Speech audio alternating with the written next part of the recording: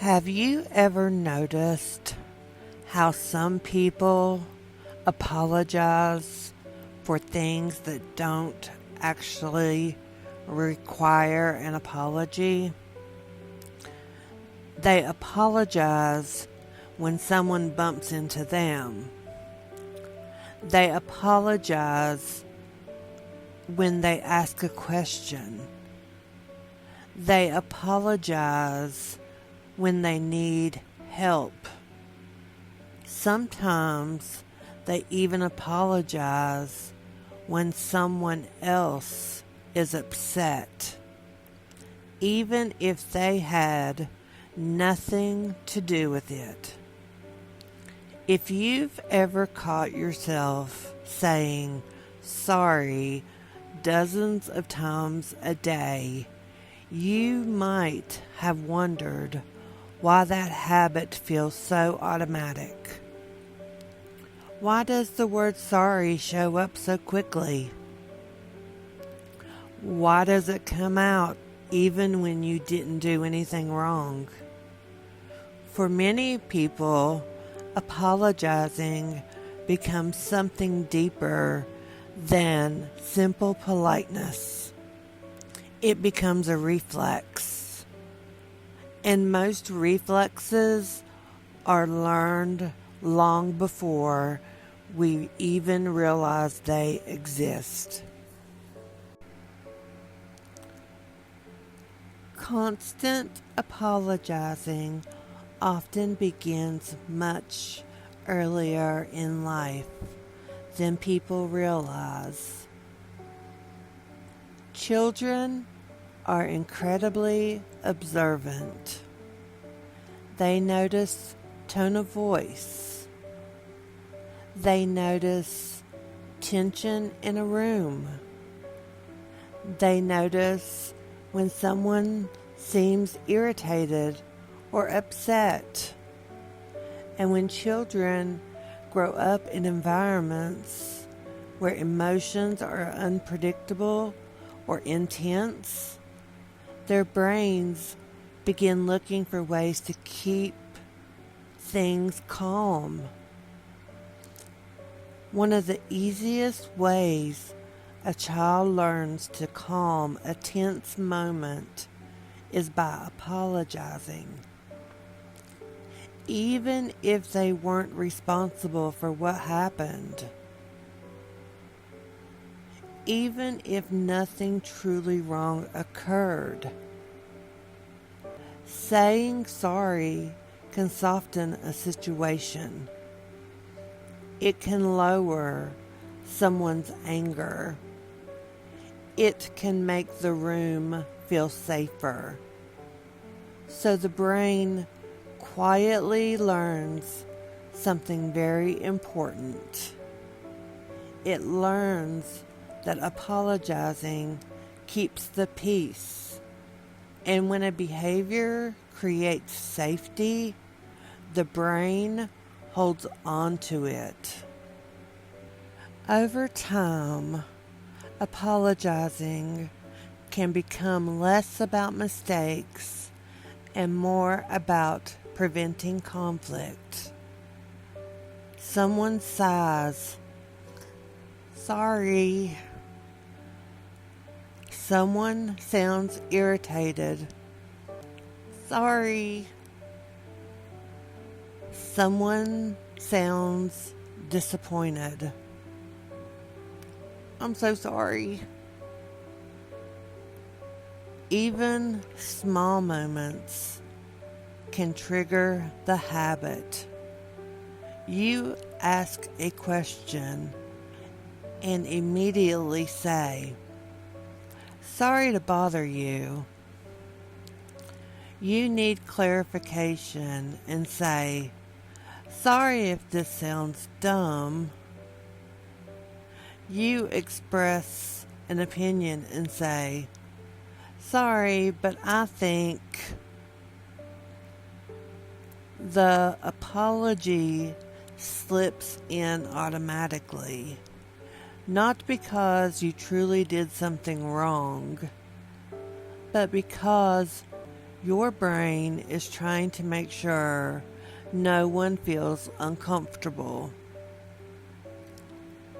For people who learn this pattern early in life, apologizing becomes almost invisible. It's just something they do. Many people who apologize constantly also grew up playing the role of the peacekeeper, the person who tried to keep everyone calm, the person who tried to smooth over arguments, the person who noticed when someone was upset and tried to fix it. Children who take on this role often become extremely sensitive to the emotions of others. They learn to read moods quickly. They notice the slightest shift in someone's voice. They feel responsible for making things better. And apologizing becomes one of the tools they use to keep situations from escalating. Even if the tension had nothing to do with them. Even if they were simply in the room. Constant apologizing is also closely connected to people-pleasing. People-pleasing usually develops when someone learns that being agreeable makes life easier. If you don't argue, if you don't push back, if you try to make everyone comfortable, there are fewer conflicts. There is less tension. There are fewer arguments. So the brain begins to associate approval with safety, and apologizing becomes one of the fastest ways to gain approval. Because when you apologize, you signal that you are not challenging the other person. You signal that you want harmony. You signal that you are willing to step back first. Over time, apologizing for everything can slowly begin to affect how someone sees themselves. Their needs start to feel inconvenient. Their opinions start to feel less important. Their presence can begin to feel like a burden. When someone apologizes constantly, they may begin shrinking themselves without even realizing it. They hesitate before speaking. They soften their opinions. They worry about taking up space. And eventually, they might start believing that they really do need to apologize for existing. But that belief is not truth. It is simply a habit that formed in an earlier environment. For some people, apologizing is also connected to anxiety. When someone has experienced a lot of conflict or unpredictability in the past, their brain may start trying to prevent problems before they happen. Apologizing can feel like a way to control outcomes. If I apologize first, maybe they won't get upset. Maybe this conversation won't turn into an argument. Maybe everything will stay calm. In this way, apologizing becomes less about guilt and more about prevention. It becomes the brain's way of trying to keep situations manageable. It's important to understand something here. People who apologize frequently are often very empathetic. They care deeply about how others feel. They don't want to hurt anyone.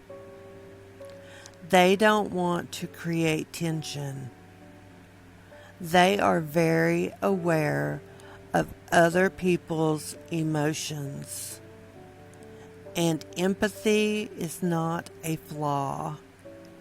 In fact, empathy is one of the most compassionate traits a person can have. The goal is not to become less caring. The goal is simply to recognize that caring about others does not require constant self-blame. You can care deeply about people without apologizing for existing. The first step in changing this habit is simply noticing it, not judging yourself, not criticizing yourself, just noticing. The next time you catch yourself apologizing, pause for a moment and ask a simple question. Did I actually do something wrong? Or is this just a habit my brain learned a long time ago? Sometimes an apology will still be appropriate. Apologies are important when we truly make mistakes. But there is a big difference between apologizing for a mistake and apologizing for taking up space in the world. And learning that difference can be incredibly freeing. If apologizing has been a lifelong habit for you, please remember this. Your brain learned that behavior for a reason. It helped you navigate situations that may have been difficult or unpredictable. It helped you maintain peace. It helped you adapt. But the strategies that helped us survive certain environments are not always the strategies we need forever. Sometimes healing simply means realizing that we are allowed to live differently now, allowed to speak freely, allowed to ask questions, allowed to take up space, allowed to exist without constantly saying sorry. And if this conversation resonated with you, the next video in this series explains why some people feel responsible for everyone around them, because many people who apologize constantly also learn to take care of everyone else's emotion.